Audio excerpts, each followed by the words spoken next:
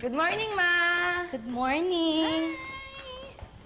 Ay, Ma, naghanda ko ng breakfast para sa ating dalawa. Halika, kain na tayo. Nako, Claire, I'm sorry pero kailangan kong umalis. Aalis kami ng Ate Helen.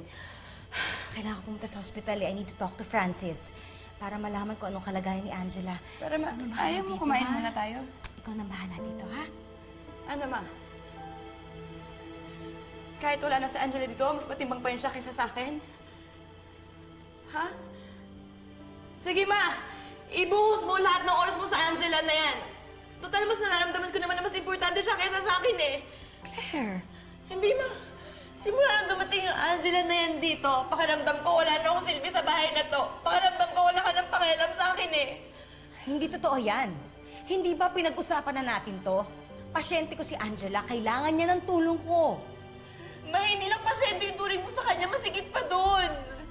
Mas nasa kanya pang attention mo kaysa sa akin eh. Dahil kailangan ni Angela ng pagmamahal at pag-aarugar para bumalik siya sa dati.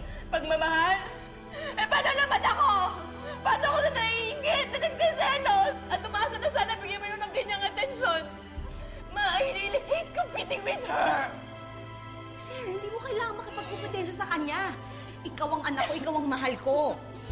Mahal? Hindi, Ma. Ayoko makiati sa pagmamahal na yun. Kung gusto niyo si Angela, kung mas importante si Angela sa inyo, ako na lang po ang aalis dito para hindi ka na mahirapan. Claire, Claire, please naman, oh. Claire, wag ka umalis! Claire! Claire, sandali lang naman. Mag-usap mo kay Claire! Claire, sandali lang. Claire, please! Claire, sandali lang!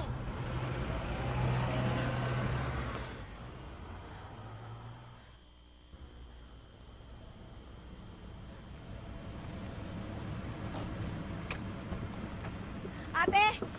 Evelyn, Sundan ano natin si ginagawa Claire. mo dito sa labas? Sundan natin si Claire. Ha? Bakit ano Basta nangyari? mamaya na ako magpapaliwanag. Halika na.